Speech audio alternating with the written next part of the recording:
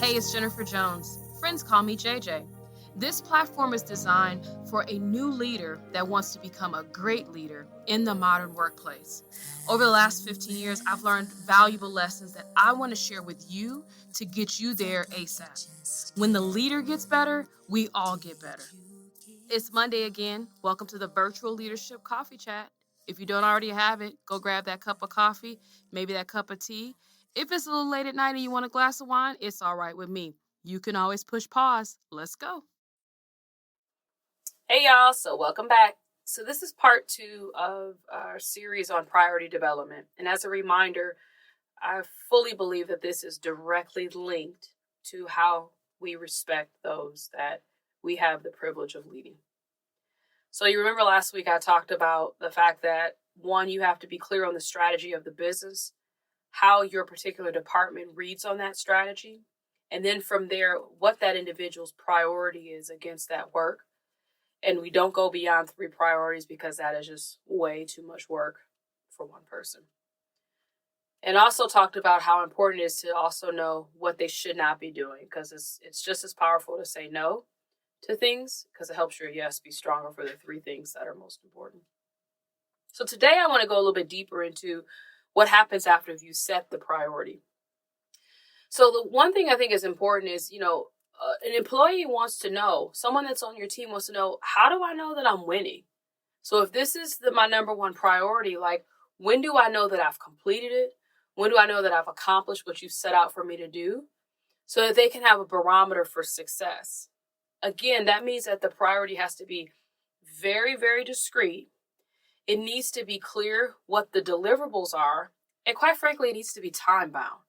Because you can't have a priority that's going to last you for the next 2 decades. It's got to be clear and crisp on what they need to get done by when. So that ties into my next point. And let me just say it more specifically. What do they need to do by when? A lot of times we set priorities. Is it clear what the tactic is? What the target is?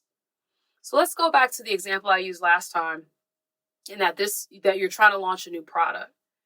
And so perhaps this individual's number one priority is to set the target market.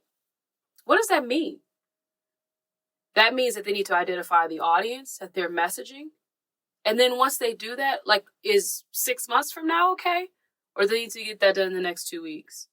You have to be clear as a leader on what it is that you're specifically asking them to do and by when. Because here's the problem. If you don't communicate that and you have it in your head and they miss it, now you're disappointed. It breeds disrespect. It breeds discontentment. It breeds just a really challenging relationship between you and your employee. The second part about that priority that's really important is, who else do they need to get that work done?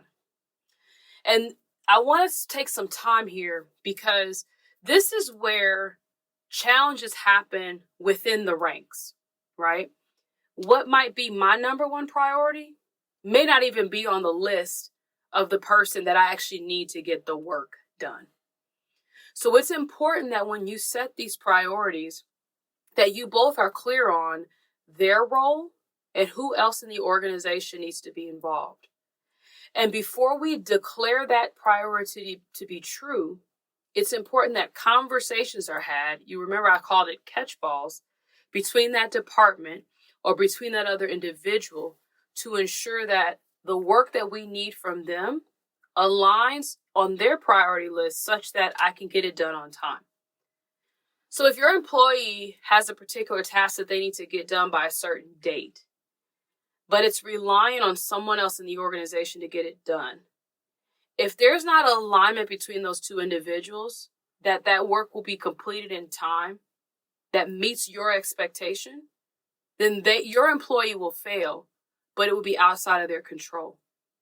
So it is really important that before we declare these are the priorities, that all of the parts of the organization that's necessary to meet that commitment are aligned with that expectation. One thing I often say is that I don't get to do the fun marketing stuff anymore, because my folks on my team are unbelievably smart and they get to do all the cool things. But my role in the organization is to clear the way so great work can come forth. And this is a part of clearing the way to ensure alignment across all functions in the organization necessary to get the work done. The next area is, how will you check? How will you and your employee on a routine basis check progress against that priority? Go back to a few episodes where I talk about the management system I use with my people. It's a great toolkit. I won't go into detail here, but really you want to understand, how will you check the progress? And last but not least, when you're looking at priorities, remember your job is to develop leaders. Your job is to develop the talent, to tap into their untapped potential. Their number one priority, the work they do every day, should flex against areas of development for them. So really, you want to hone in on how those priorities will continue to advance their skills and continue to develop them as leaders.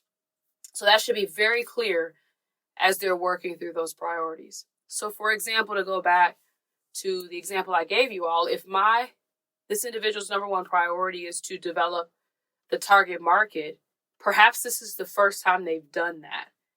And so you really want to focus on how this work is going to continue to develop them as a marketer. Again, priority development, I believe, is really important and linked directly to being more respectful and training yourself to be a more respectful leader and advancing the careers of those that work for you.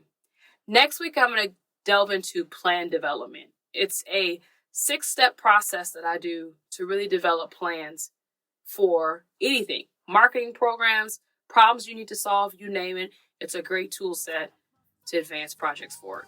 Until next week, see you. Because